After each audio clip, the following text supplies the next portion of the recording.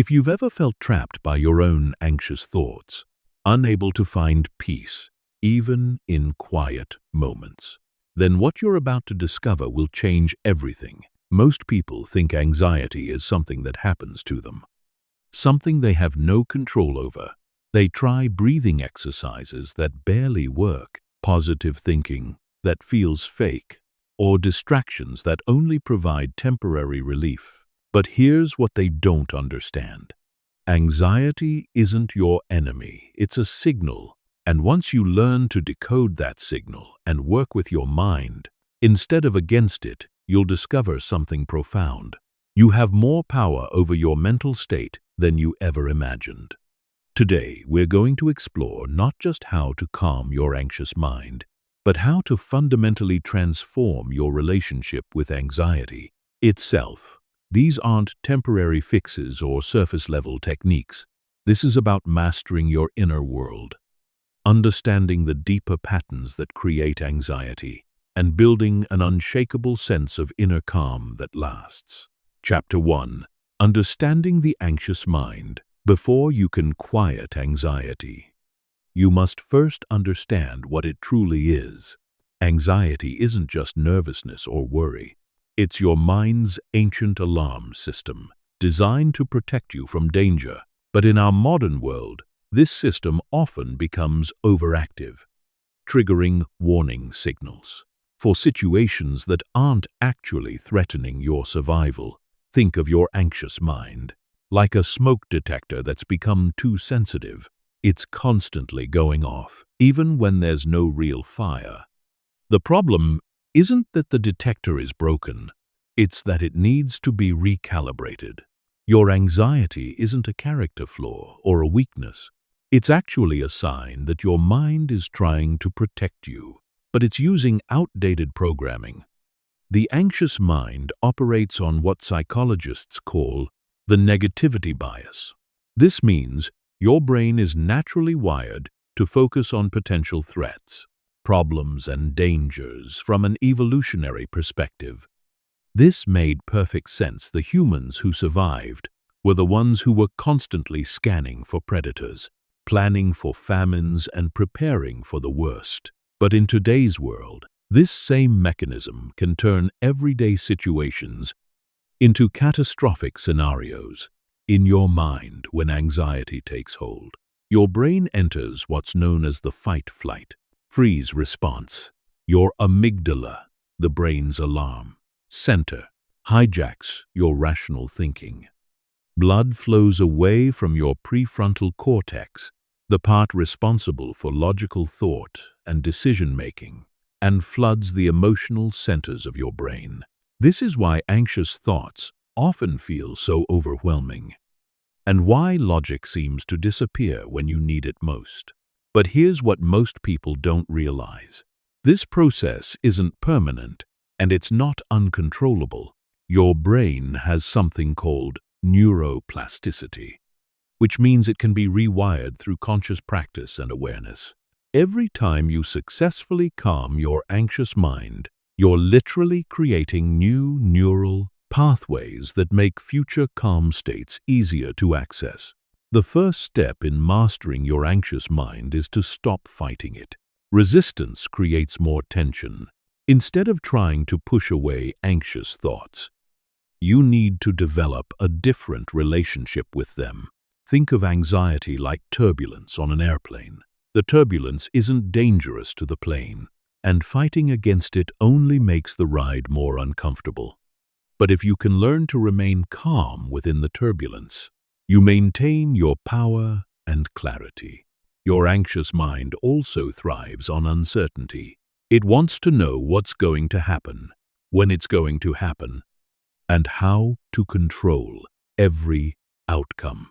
But life is inherently uncertain, and trying to control what's beyond your control is like trying to hold water in your hands.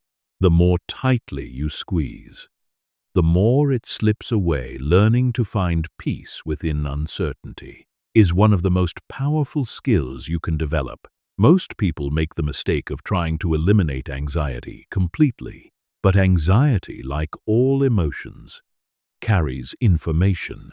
Sometimes it's warning you about real issues that need your attention. Other times it's simply old programming running in the background. The key is learning to distinguish between useful anxiety that's trying to help you and destructive anxiety that's holding you back. Chapter 2. The root causes of mental unrest. To truly quiet your anxious mind, you must understand what feeds it. Anxiety doesn't exist in a vacuum. It's often the result of deeper patterns, unresolved issues and ways of thinking that have become automatic. Most people treat the symptoms of anxiety without addressing the root causes, which is why their relief is only temporary. One of the primary root causes of anxiety is perfectionism. If you're constantly setting impossibly high standards for yourself, always worried about making mistakes or afraid of disappointing others, you're creating a perfect breeding ground for anxiety. Perfectionism is based on the illusion that you can control outcomes through effort and worry. But this creates a state of constant tension because perfection is impossible and control is largely an illusion. Perfectionist thinking often sounds like this: if I just work hard enough, plan well enough, worry enough about all the possibilities, then nothing will go wrong. But this mindset actually increases anxiety because it puts you in a constant state of hypervigilance, always scanning for potential problems and mistakes. The perfectionist mind never allows you to rest because there's always something more to improve, fix, or worry about. Another major root cause is the need for certainty and control. Your anxious mind wants guarantees. It wants to know that everything will work out, that you'll be safe, that people will approve of you, that your future is secure. But life doesn't offer guarantees. And the more you try to control what's uncontrollable, the more anxious you become. This creates a vicious cycle where uncertainty triggers anxiety, which makes you seek more control, which leads to more anxiety. When control proves impossible, many people don't realize that their anxiety is often rooted in unresolved past experiences. Your nervous system has a memory, and if you've experienced trauma, rejection, failure, or overwhelming stress in the past, your mind might be stuck in a protective mode, always expecting danger even when you're safe. This is why some people feel anxious, even during good times in their lives. Their nervous system is operating based on old information that no longer applies to their current reality. The stories you tell yourself about life also create and maintain anxiety. If you believe that the world is dangerous, that people can't be trusted, that you're not good enough, or that disaster is always around the corner, your mind will constantly be on high alert. These limiting beliefs act like background programs running in your mental computer, influencing every thought and reaction you have. Social conditioning plays a huge role in anxiety as well. We live in a culture that profits from your worry. News media, social media, and advertising all thrive on keeping you in a state of fear and dissatisfaction. You're constantly bombarded with messages about threats, problems, and things you should be worried about. Over time, this external anxiety becomes internalized, and you begin to generate worry and fear, even when there's no external trigger. Another, often overlooked cause is the disconnection from your body and natural rhythms. When you're constantly in your head overthinking and analyzing, you lose touch with your body's wisdom and natural calm. Your body has its own intelligence and its own way of processing stress and emotions. But if you're always trying to solve everything mentally, you miss the healing and peace that can come from reconnecting with your physical self. Lifestyle factors also contribute significantly to anxiety. Poor sleep, too much caffeine, lack of physical movement, inadequate nutrition, and chronic stress all create a physiological environment where anxiety thrives. Your mental state isn't separate from your physical state. When your body is out of balance, your mind follows. This is why addressing anxiety requires a holistic approach that includes taking care of your physical health. The fear of anxiety itself often becomes the biggest problem. Once you've experienced a panic attack or a period of intense anxiety, you might develop what's called anticipatory anxiety. This is anxiety about having anxiety. You become hyper-aware of your internal sensations, constantly monitoring your thoughts and feelings for signs of anxiety. This hypervigilance actually increases anxiety because you're putting so much attention on it. Chapter 3. The Physiology of Calm. Your body and mind aren't separate entities. They're intimately connected, constantly communicating through a complex network of nerves, hormones, and biochemical signals. Understanding this mind-body connection is crucial for mastering anxiety, because you can't achieve lasting mental calm without addressing the physiological aspects of stress and anxiety. When you're anxious, your body is in a state of physiological arousal. Your heart rate increases, your breathing becomes shallow, your muscles tense up, stress hormones flood your system, and your digestive processes slow down. This is your body preparing for action, getting ready to fight, flee, or freeze in the face of perceived danger.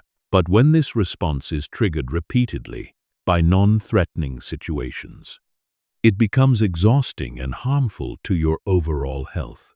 The good news is that your body also has natural mechanisms for returning to calm. Your parasympathetic nervous system, often called the rest and digest system, is designed to bring you back to a state of relaxation and recovery. The key is learning how to activate this system intentionally, rather than waiting for it to happen naturally. One of the most powerful ways to influence your physiology is through conscious breathing.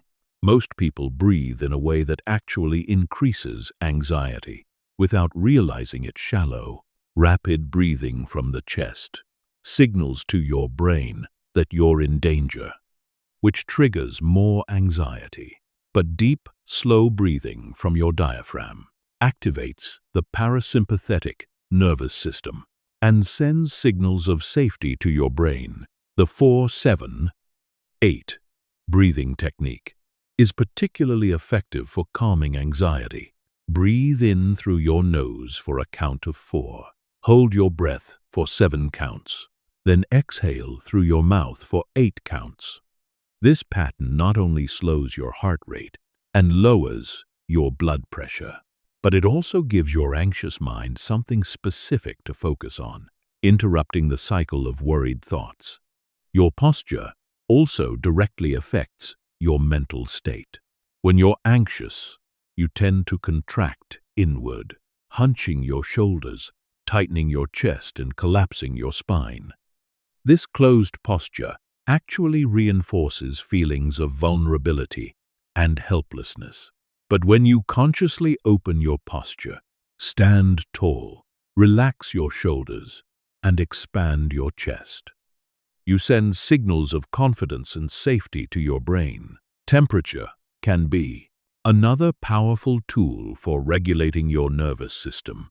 Cold exposure, such as splashing cold water on your face or taking a cold shower, activates your vagus nerve, which is a major component of the parasympathetic nervous system.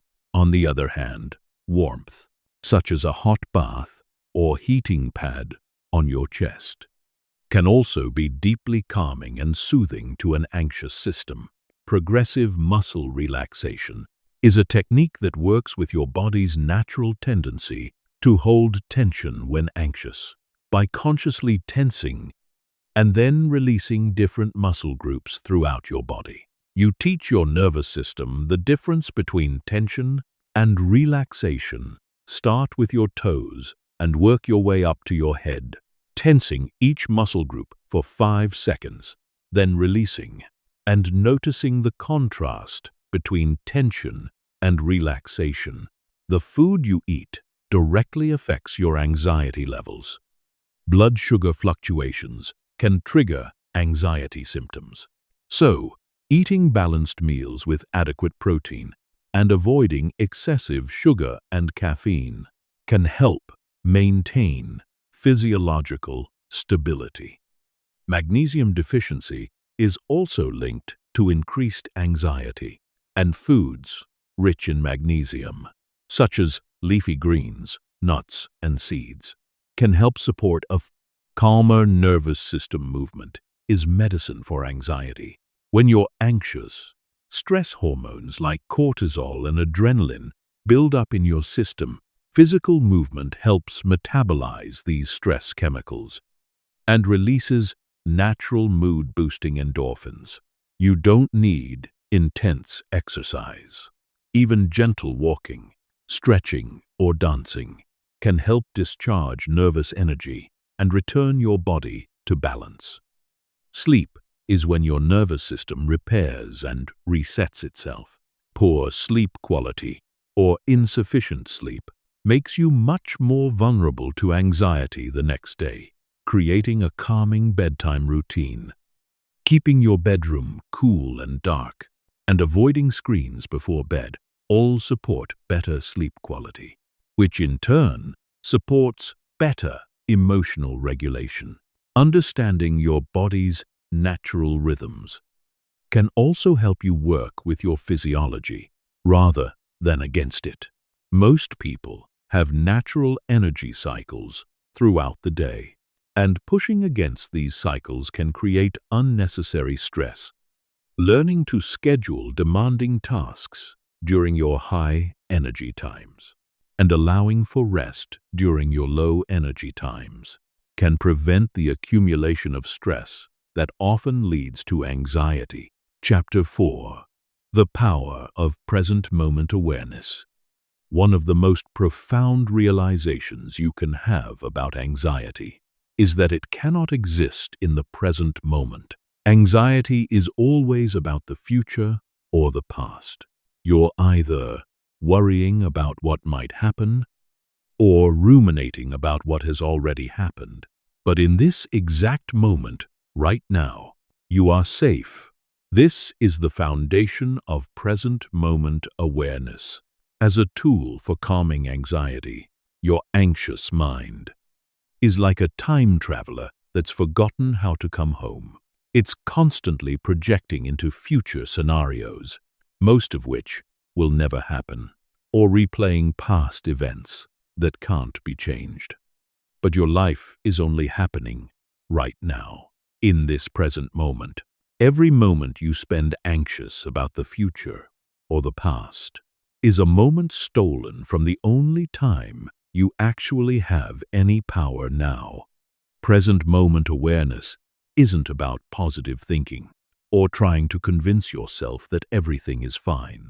It's about learning to anchor your attention in the reality of what's actually happening right now, rather than the stories your mind creates about what might happen or what has happened. This is a skill that must be developed through practice, like learning to play an instrument or speak a new language. The breath is one of the most powerful anchors to the present moment because it's always happening now. You cannot breathe in the past or future. You can only breathe in this moment. When you notice your mind spinning with anxious thoughts, gently bring your attention back to your breath. Feel the air entering and leaving your nostrils. Notice the rise and fall of your chest and belly. This isn't about breathing in any special way. It's about using the breath as an anchor to pull you back from mental time travel into the present reality. Your 5 senses are also gateways to the present moment. When anxiety starts to build consciously, connect with what you can see, hear, smell, taste, and touch right now. Look around and really notice colors, shapes, and textures. Listen to the sounds in your environment without trying to change or judge them. This sensory awareness brings you immediately into the present because your senses can only perceive what's happening now. The practice of naming and labeling can also help. Interrupt anxious thinking patterns.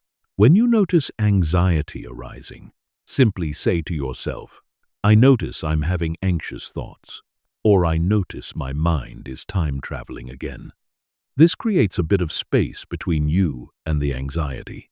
You're not the anxiety. You're the awareness that notices the anxiety. This subtle shift can be incredibly powerful because it reminds you that you are not your thoughts. Mindfulness meditation is essentially training in present moment awareness. You don't need to sit on a cushion for hours or achieve some special state of consciousness. Mindfulness can be practiced anywhere, anytime. It's simply the practice of noticing when your mind has wandered away from the present and gently bringing it back. Every time you do this, you're strengthening your ability to stay grounded in reality, rather than getting lost in mental stories. The anxious mind loves to ask "what if" questions. What if this happens? What if that goes wrong? What if I fail? But present moment awareness responds with what is. What is actually happening right now? What do I actually know to be true in this moment? What can I actually perceive with my senses right now? This shift from hypothetical worry to present reality is profoundly calming. Body awareness is another powerful form of present moment practice. Your body is always in the present moment. It cannot be anywhere else. When you bring attention to physical sensations, the weight of your body in your chair, the feeling of your feet on the ground, the temperature of the air on your skin, you automatically come into the now. Your body becomes an anchor that keeps you from drifting into anxious mental waters. Walking meditation combines movement with present moment awareness. As you walk, focus completely on the physical sensations of walking. Feel your feet touching the ground. Notice how your weight shifts from one foot to the other. Observe the movement of your legs and arms. When your mind starts to wander into anxious thoughts, gently bring your attention back to the simple act of walking. Present moment awareness also involves accepting what is actually happening without immediately trying to fix, change, or escape it. This doesn't mean being passive or resigned. It means acknowledging reality as it is before deciding how to respond. Many times, anxiety is created by fighting against what's already happening. When you can accept the present moment, even if it's uncomfortable, you stop wasting energy on resistance and free up that energy for constructive action. The practice of present moment awareness reveals a profound truth. Most of what you worry about never happens, and the things that do happen are rarely as catastrophic as your anxious mind predicted. When you stay present, you see clearly, respond appropriately, and maintain your natural intelligence and wisdom. You realize that you can handle whatever actually comes your way, much better than your anxious mind believes. Chapter 5. Rewiring Anxious Thought Patterns.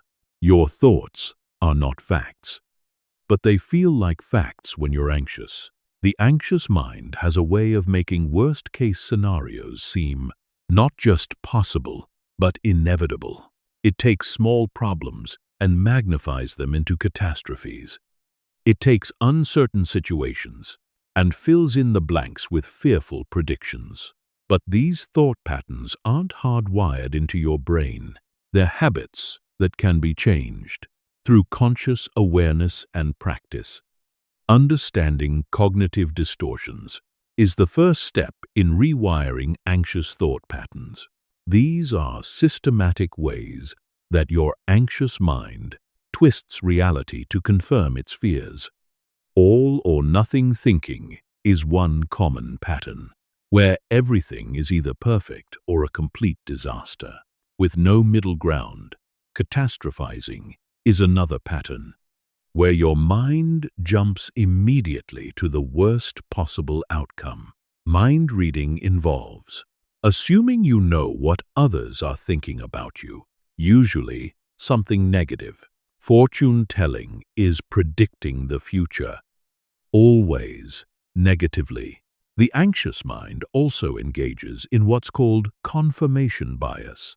Once it decides something is threatening or dangerous, it looks for evidence to support this belief, while ignoring evidence to the contrary. This is why anxious people often feel like their fears are completely logical and justified. Their minds are selectively focusing on information that confirms their anxiety, while filtering out information that would calm them.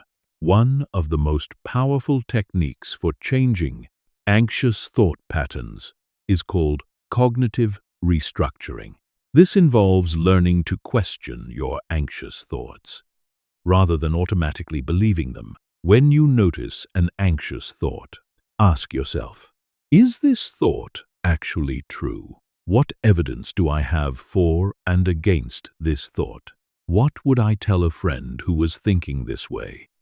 What's the most realistic outcome, not the worst-case scenario?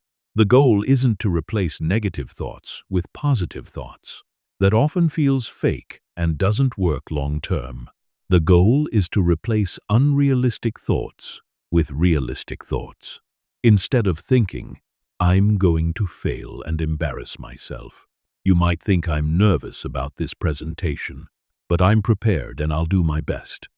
This feels more authentic and is much more likely to calm your nervous system. Thought-stopping techniques can be helpful when you're caught in repetitive, anxious thinking loops, when you notice your mind spinning with the same worried thoughts over and over. You can mentally say stop or imagine a big red stop sign, then immediately redirect your attention to something else. This isn't about suppressing thoughts permanently, but about interrupting unproductive mental patterns so you can choose more helpful thoughts. The practice of diffusion helps you see thoughts as mental events rather than absolute truths. Instead of thinking, I'm going to mess this up, you can think, I'm having the thought that I'm going to mess this up. This subtle language shift creates distance between you and your thoughts, reminding you that thoughts are just mental activity, not necessarily accurate representations of reality. Reframing is another powerful tool for changing thought patterns. This involves looking at situations from different perspectives. If you're anxious about giving a presentation, instead of focusing on what could go wrong, you could reframe it as an opportunity to share knowledge, practice public speaking, or connect with colleagues. The situation doesn't change, but your relationship to it does. The anxious mind often gets stuck in should thinking. You should be further along in your career. You should have more money.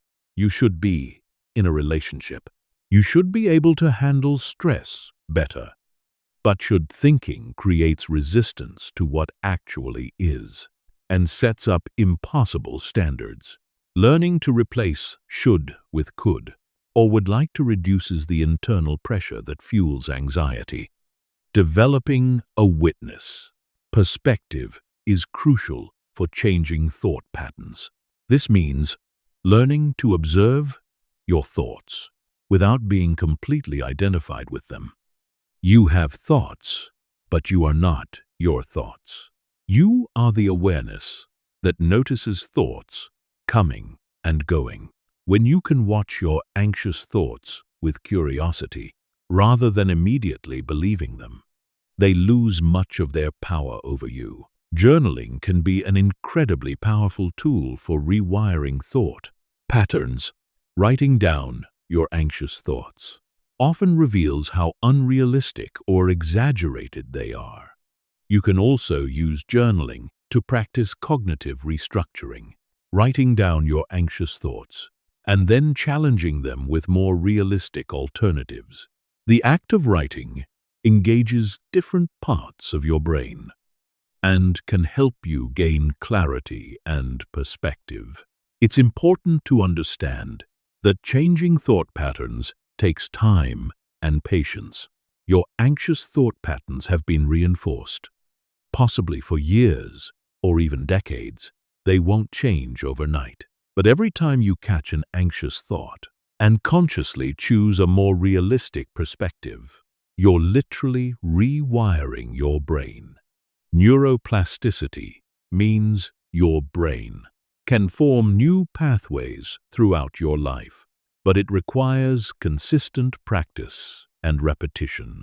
Chapter 6: The Art of Mental Detachment. Mental detachment is perhaps one of the most misunderstood concepts when it comes to managing anxiety. Many people think detachment means becoming cold, uncaring, or disconnected from life. But true mental detachment is actually the opposite. It's about caring deeply while not being controlled by outcomes. It's about engaging fully with life while maintaining inner peace. Regardless of external circumstances, the anxious mind is constantly attached to specific outcomes. It needs things to go a certain way to feel safe. It needs people to approve plans to work out perfectly, and future events to unfold exactly as imagined. But this attachment to outcomes is what creates suffering. When you're attached to something happening a specific way, you're setting yourself up for anxiety. Whenever that outcome is threatened or uncertain, think of attachment like gripping a rope too tightly. The tighter you grip, the more your hands hurt. And paradoxically, the more likely you are to lose your hold altogether. But when you hold the rope with a firm yet relaxed grip, you maintain control without creating unnecessary tension. This is the essence of mental detachment.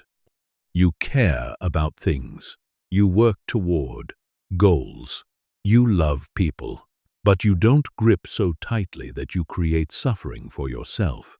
Detachment begins with understanding the difference between preference and attachment. A preference is wanting something to happen, while being okay if it doesn't. An attachment is needing something to happen, to feel okay about yourself or your life. When you have a preference, you can work toward what you want while maintaining inner peace. When you have an attachment, your peace depends on getting what you want, which means you're constantly vulnerable to anxiety. One of the most powerful forms of detachment is outcome independence. This means you do your best, make your effort, and then release your attachment to the result. You plant the seed, water it, give it sunlight, but you don't stand over it, demanding that it grow faster or in a particular way. You trust the process and accept whatever unfolds. This doesn't mean you don't care about results. It means your inner peace doesn't depend on those results. The practice of detachment also involves letting go of the need to control other people. Much anxiety comes from wanting others to behave differently, to understand us, to approve of us, or to make different choices. But other people are not under your control, and trying to control them is like trying to control the weather. You can influence others through your words and actions, but ultimately, everyone has their own free will and their own path to walk. Detaching from your identity And self-image is another crucial aspect of mental freedom. Many people create anxiety by trying to maintain a certain image of themselves. They need to be seen as successful, smart, likable, or perfect. But when your peace depends on maintaining an image, you're constantly anxious about protecting that image. True detachment means being willing to be seen as imperfect, to make mistakes, to be misunderstood, and to let go of trying to control what others think of you. The ego mind is the part of you that creates attachment, and therefore, anxiety. The ego needs to be right, to be important, to be in control. To be safe, it creates stories about who you are, what you need, and what threatens you. But you are much more than your ego. You are the awareness behind the ego, the consciousness that can observe the ego's dramas without being caught up in them. When you learn to detach from ego-driven needs and fears, you find a deeper peace that doesn't depend on external circumstances. Practicing non-resistance is a powerful form of detachment. Resistance to what's already happening creates enormous stress and anxiety. When something unwanted occurs, the mind immediately goes into resistance mode. This shouldn't be happening. This is wrong. I need to fix this immediately. But resistance to what's already here is like trying to push away a mountain. It's futile and exhausting. Non-resistance doesn't mean being passive. It means accepting what has already happened, so you can respond wisely rather than react from anxiety. Detachment from time is also liberating for the anxious mind. Anxiety often comes from being attached to things happening quickly, or according to your timeline. You want the job offer now, the relationship to progress faster, the problem to be solved immediately. But life has its own timing, and fighting against that timing creates unnecessary suffering. When you can detach from your preferred timeline, while still taking appropriate action, you find peace in the present moment, regardless of when things unfold. The practice of surrender is closely related to detachment. Surrender doesn't mean giving up or being passive. It means releasing the illusion of control and trusting that you can handle whatever comes. It means doing your best and then surrendering the outcome to forces beyond your control. This surrender actually empowers you because you stop wasting energy trying to control the uncontrollable and focus that energy on what you can actually influence. Detachment also involves letting go of the need for certainty. The anxious mind craves certainty and becomes distressed when faced with the unknown. But life is inherently uncertain, and trying to create artificial certainty through worry, overplanning, or control only creates more anxiety. When you can become comfortable with uncertainty, when you can embrace the unknown as an adventure rather than a threat, you free yourself from one of anxiety's primary fuel sources. The ultimate form of detachment is letting go of the attachment to being free from anxiety itself. Many people become anxious about their anxiety, creating a secondary layer of suffering. They need their anxiety to go away, to feel okay about themselves. But this creates a paradox. The more you need anxiety to disappear, the more anxious you become about having anxiety. True freedom comes when you can be okay with occasional anxiety, when you can accept it as a temporary visitor, without making it mean something terrible about you or your life. Chapter 7. Creating Inner Safety and Security. Much of anxiety stems from a fundamental feeling of unsafety. In the world, your nervous system is constantly scanning for threats. And if it doesn't feel safe, it will remain in a state of hypervigilance that manifests as anxiety.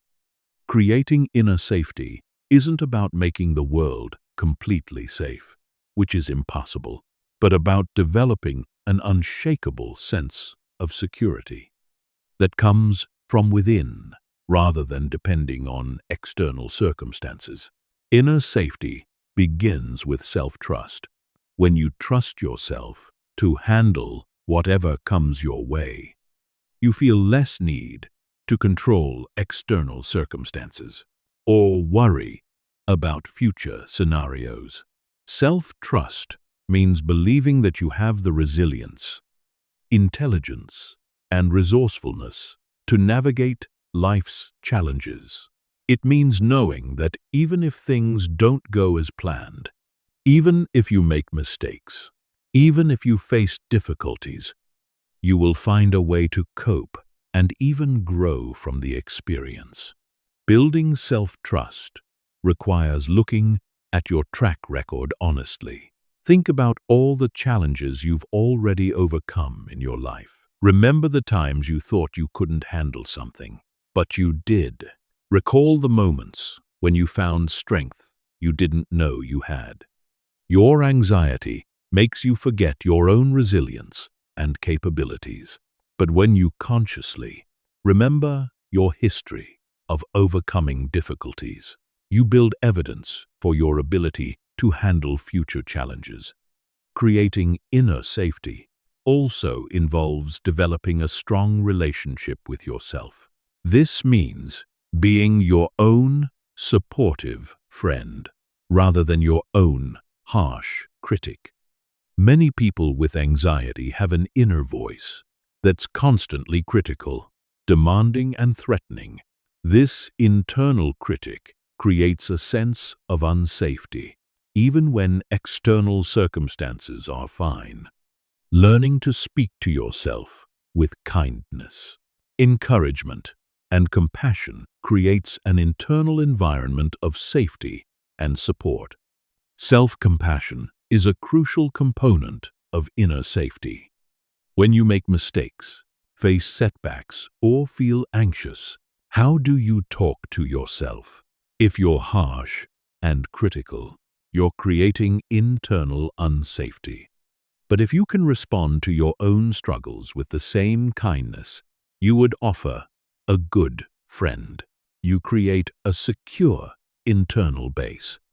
Self-compassion doesn't mean making excuses or avoiding responsibility.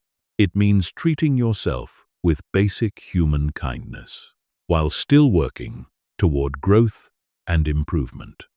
Establishing healthy boundaries is another essential aspect of creating inner safety. Boundaries protect your energy, time, and emotional well-being. When you don't have clear boundaries, you're constantly vulnerable to other people's demands, moods, and emergencies. This creates chronic stress because you never feel like you have control over your own life. Healthy boundaries allow you to be generous and caring, while still protecting your own needs and well-being. Physical safety practices also contribute to inner security. This includes taking care of your body through proper nutrition, adequate sleep, regular exercise, and avoiding substances that increase anxiety.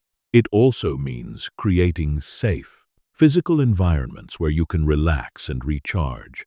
Your living space, work, environment, and the places you spend time all affect your sense of safety and security. Financial security, while not always completely controllable, can significantly impact your sense of inner safety. This doesn't mean you need to be wealthy, but having some financial cushion and planning can reduce anxiety about survival needs. Creating a budget, building an emergency fund, and developing multiple income streams all contribute to a sense of security that allows your nervous system to relax. Spiritual or philosophical beliefs can also provide a foundation of inner safety. Whether you believe in a higher power, the fundamental goodness of the universe, or simply the resilience of the human spirit, Having some framework that provides meaning and hope can be deeply comforting to an anxious mind. This doesn't require formal religion. It simply means having some beliefs that help you feel connected to something larger than your individual worries and fears. Developing practical life skills increases your confidence and sense of security. The more capable you feel in handling daily life challenges, the less anxious you'll be about facing new situations. This might include communication skills, problem-solving abilities, technical skills, or emotional intelligence. Every skill you develop is like adding another tool to your toolkit, making you feel more prepared for whatever life brings. Creating supportive relationships is crucial for inner security. Humans are social beings, and having people you can trust, rely on, and share your struggles with provides a safety net that reduces anxiety. This doesn't mean surrounding yourself with people who never challenge you, but rather building relationships with people who fundamentally care about your well-being and growth. Inner safety also comes from having meaning and purpose in your life. When you feel like your life has direction and significance, when you're engaged in work or activities that feel meaningful to you, you have a sense of groundedness that transcends daily worries. Purpose provides a larger context that makes individual anxieties feel less overwhelming and more manageable. The practice of self-reliance builds inner safety by proving to yourself that you can meet your own needs. This doesn't mean being isolated or never asking for help, but rather developing confidence in your ability to take care of yourself emotionally, practically, and spiritually. When you know you can rely on yourself, you feel less anxious about what others might do or not do. Creating inner safety is also about accepting that complete safety is an illusion while still taking reasonable precautions. Life involves risk, uncertainty, and the possibility of loss. But when you can accept this reality, while still taking care of yourself and making wise choices, you develop a mature form of security that doesn't depend on controlling everything around you. Chapter 8. The practice of emotional regulation. Emotional regulation is the ability to experience emotions without being overwhelmed by them. It's the skill of feeling your feelings while still maintaining your center, your clarity, and your ability to respond wisely rather than react impulsively. For people with anxiety, learning emotional regulation is essential because anxiety is fundamentally an emotional experience that can hijack your entire system if you don't know how to work with it skillfully. Understanding the nature of emotions is the first step in learning to regulate them. Emotions are temporary experiences, like weather patterns moving through your inner sky. They arise, peak, and naturally subside if you don't interfere with the process. Anxiety becomes problematic when you either resist it so strongly that it gets stuck, or when you get so caught up in it that you lose perspective. Learning to let emotions flow through you naturally while maintaining your center is the key to emotional regulation. The RAIN technique is a powerful method for working with difficult emotions. Like anxiety, RAIN stands for recognize, allow, investigate, and non-attachment. First, you recognize what you're feeling without immediately trying to fix or change it. Then you allow the emotion to be present without resistance. Next, you investigate the emotion with curiosity, noticing where you feel it in your body and what thoughts accompany it. Finally, you practice non-attachment, observing the emotion without being completely identified with it. Somatic awareness is crucial for emotional regulation because emotions are felt in the body as much as they're experienced mentally. Anxiety might show up as tightness in your chest, or knot in your stomach, tension in your shoulders, or a racing heart. Instead of trying to think your way out of these sensations, learning to breathe into them, relax around them, and let them be present without fighting them, often allows them to release naturally. The window of tolerance is a concept that describes your optimal zone of arousal, where you can think clearly and respond appropriately. When anxiety pushes you outside this window, you either become hyper-aroused, feeling overwhelmed and panicky, or hypo-aroused, feeling numb and disconnected.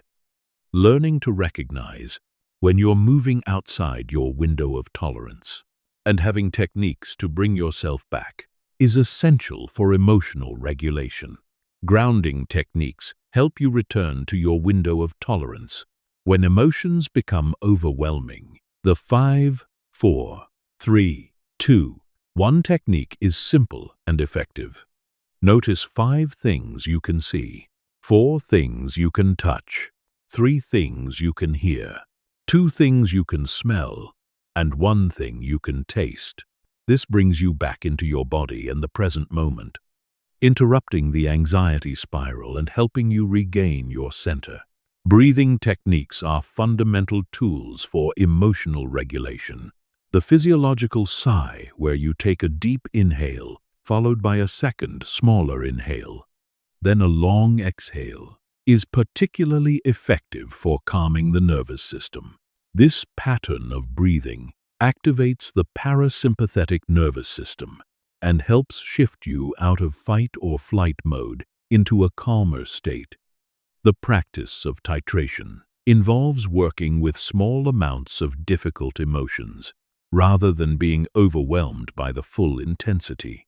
If you're feeling very anxious, instead of trying to process all of it at once, you can focus on just a small part of the sensation, breathe with it, let it soften, and then gradually work with more.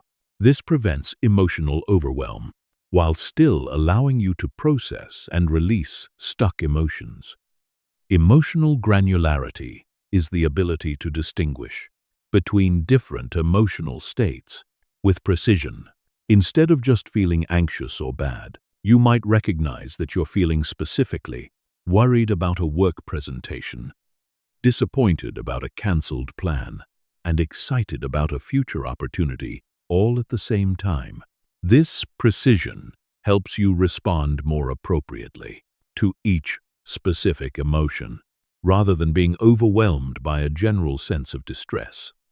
The practice of pendulation involves consciously moving your attention between the challenging emotion and a resource or pleasant sensation. If you're feeling anxious, you might notice the anxiety in your chest, and then shift your attention to the feeling of your feet firmly planted on the ground.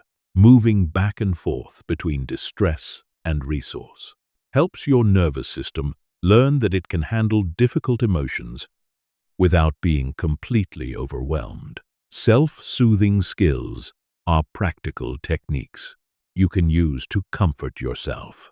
When emotions feel intense, this might include taking a warm bath, listening to calming music, holding a soft object using aromatherapy, or any other activity that helps your nervous system settle. Having a toolkit of self-soothing techniques means you don't have to depend on other people or external circumstances to help you regulate your emotions. Cognitive reappraisal is the practice of changing how you think about a situation to change how you feel about it. This isn't about positive thinking or denying reality, but about finding more balanced and realistic ways to interpret events. Instead of thinking this presentation will be a disaster, you might think this presentation is challenging, but I'm prepared and I can handle whatever happens. The practice of opposite action involves doing the opposite of what your emotion is urging you to do, when that action wouldn't be helpful. If anxiety is telling you to avoid a social situation that's actually important to you, You might choose to attend anyway, but with extra self-care and support. This helps you build confidence in your ability to act wisely. Even when you're feeling emotional distress, tolerance skills help you get through difficult, emotional periods without making them worse through impulsive actions. This might include distraction techniques, intense physical exercise to discharge emotional energy, or activities that provide a sense of accomplishment and mastery. The goal isn't to avoid emotions forever, but to have ways to cope with intense emotions without being overwhelmed by them. Chapter 9. Transforming Fear into Wisdom. Fear and anxiety often masquerade as protectors, but they can also be profound teachers. If you know how to listen to their deeper messages, instead of seeing fear as an enemy to be conquered, you can learn to transform it into wisdom that guides you toward greater authenticity, courage, and growth. This transformation requires shifting from being a victim of your fears to becoming a student of what they're trying to teach you. Every fear contains information about what matters to you. If you're afraid of public speaking, it might reveal how much you value others, respect, and approval. If you're anxious about financial security, it shows how much you value stability and the ability to care for yourself and others.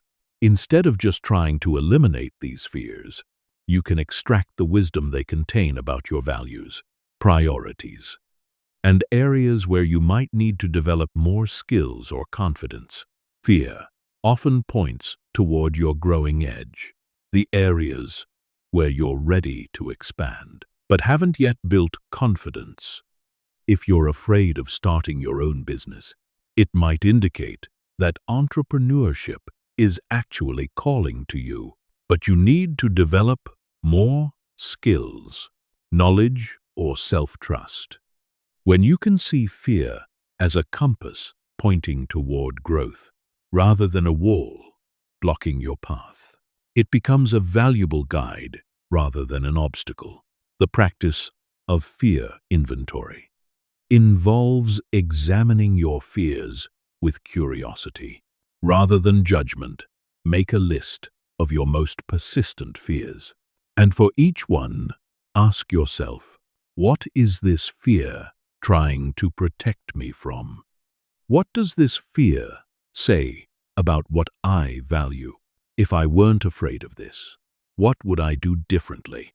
What skills or knowledge would help me feel more confident in this area? This process transforms fear from a vague, overwhelming feeling into specific information you can act upon. Many fears are actually outdated, protection mechanisms that served you at one time but are no longer helpful. Perhaps you developed social anxiety as a child to protect yourself from rejection or criticism, but now this same protection is preventing you from forming meaningful relationships or advancing in your career. Learning to thank these old protections for their service, while consciously choosing new, more appropriate responses, is part of transforming fear into wisdom. Fear often reveals limiting beliefs that need to be examined and updated. If you're afraid of failure, you might discover underlying beliefs like, "I'm only valuable if I succeed," or "making mistakes means I'm incompetent." When you can identify and question these limiting beliefs, you can replace them with more empowering and realistic beliefs that to support your growth rather than holding you back. The practice of worst-case scenario planning can transform anxiety-provoking fears into practical wisdom. Instead of just worrying vaguely about what might go wrong, you can consciously explore the worst-case scenario, make practical plans for how you would handle it, and often discover that even the worst case wouldn't be as catastrophic as your anxious mind believes. This planning reduces anxiety while increasing your actual preparedness and confidence. Fear can also be a teacher about boundaries and self-care. If you're anxious about saying no to requests, your fear might be teaching you about the importance of protecting your time and energy. If you're afraid of conflict, your fear might be pointing toward the need to develop better communication skills and the courage to stand up for your values. When you can see fear as information about what you need, rather than proof of your weakness, it becomes a valuable ally. Transforming fear into courage is an ongoing practice, rather than a one-time achievement. Courage isn't the absence of fear. It's feeling the fear and taking wise action anyway. Every time you feel afraid, but take a step forward, you're building your courage muscle. You're proving to yourself that you can handle uncertainty, discomfort, and the possibility of failure or rejection. The practice of gradual exposure can help you transform specific fears into confidence and wisdom. Instead of trying to overcome a fear all at once, you can expose yourself to increasingly challenging versions of what you're afraid of, building confidence gradually. If you're afraid of public speaking, you might start by speaking up more in small meetings, then giving presentations to colleagues, then speaking to larger groups, each step building on the confidence gained from the previous one. Fear can also teach you about the difference between real dangers that require caution and imaginary dangers created by your mind. Learning to distinguish between rational fears that serve your safety and irrational fears that limit your growth is a crucial life skill. This discernment allows you to take appropriate precautions when needed while not being paralyzed by unfounded worries. The shadow work aspect of fear transformation involves examining the